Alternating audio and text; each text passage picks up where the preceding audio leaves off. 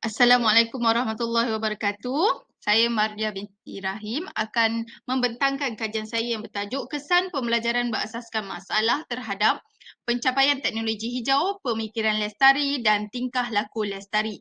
Baiklah, saya mulakan pembentangan dengan latar belakang kajian.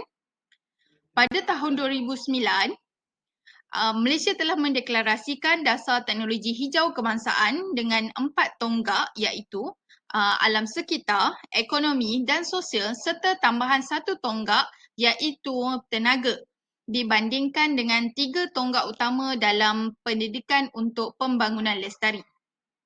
Seterusnya pada tahun 2015, pada September 2015, Malaysia telah bersetuju untuk bersama-sama negara anggota untuk mendeklarasikan kerjasama Malaysia untuk menjayakan matlamat kelestarian global, 17 matlamat kelestarian global. Seterusnya, pendidikan untuk pembangunan lestari adalah usaha untuk mendukung dan menjayakan matlamat kelestarian global dalam bidang pendidikan. Pada tahun 2013 hingga 2025 merupakan fasa proses transformasi pendidikan negara. Justru itu, pada tahun 2016, kurikulum pendidikan Malaysia telah digubal semula yang diwujudkan kurikulum standard sekolah menengah dan kurikulum standard sekolah rendah. Dalam kurikulum ini telah disisipkan panduan pelaksanaan kelestarian global yang memasukkan kandungan kelestarian secara langsung dan juga sisipan. Pada tahun 2020, topik teknologi hijau melestarikan alam sekitar telah dimasukkan secara langsung dalam DSKP Sains Tingkatan 4. Pada tahun 2018 juga, pihak SITRI USM telah membangunkan modul teknologi hijau dan disebarluaskan kepada peringkat sekolah bagi membantu pelaksanaan pembelajaran teknologi hijau melestarikan alam. Seterusnya, metodologi kajian saya. Kajian ini adalah sebuah kajian kuantitatif menggunakan pendekatan kajian kuasai eksperimen. Reka bentuk ini melibatkan kumpulan kawalan dan rawatan, murid tingkatan 4 sains yang mengikuti mata pelajaran sains di 2 buah sekolah yang berbeza. Kaedah persampelan yang digunakan adalah persampelan secara intact group, di mana sampel adalah kekal dalam keadaan sedia ada. Kelemahan persampelan ini adalah kemungkinan berlaku ketidakseragaman antara kedua-dua kumpulan. Maka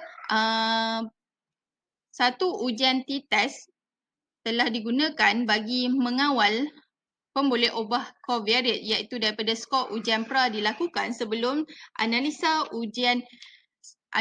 inferensi dilakukan ke atas kedua-dua kumpulan.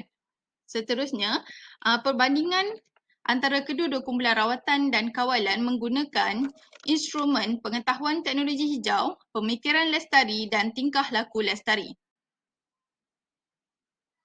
Dapatan kajian menunjukkan kedua-dua kumpulan kajian iaitu kumpulan rawatan iaitu yang mengikuti pembelajaran berasaskan masalah menggunakan modul teknologi hijau dan kumpulan kawalan yang menggunakan modul teknologi hijau menunjukkan perbezaan yang signifikan dari segi pengetahuan teknologi hijau. Bagi kumpulan yang mengikuti rawatan, menunjukkan peningkatan pengetahuan teknologi hijau berbanding kumpulan kawalan. Manakala bagi pemikiran lestari, kedua-dua kumpulan menunjukkan tidak terdapat perbezaan yang signifikan. Namun, berlaku peningkatan skor daripada ujian pra ke ujian pos bagi kedua-dua kumpulan. Seterusnya, bagi perbezaan kedua-dua kumpulan, kumpulan yang mengikuti modul teknologi hijau sahaja, kumpulan kawalan menunjukkan tingkah laku lestari yang lebih tinggi berbanding yang mengikuti pembelajaran berasaskan masalah menggunakan modul teknologi hijau. Justru itu, berlaku peningkatan dari segi kemahiran penaklukan dan penilaian konsep teknologi hijau bagi kumpulan rawatan yang mengikuti pembelajaran secara pembelajaran berasaskan masalah dalam menyelesaikan masalah berkaitan isu sosio-saintifik. Dan kedua-dua pendekatan adalah setara dalam membentuk pemikiran lestari. Seterusnya, penggunaan modul secara hands-on yang mana yang diikuti oleh kumpulan kawalan membentuk tingkah laku lestari yang lebih baik. Itu sahaja pembentangan kajian saya. Terima kasih.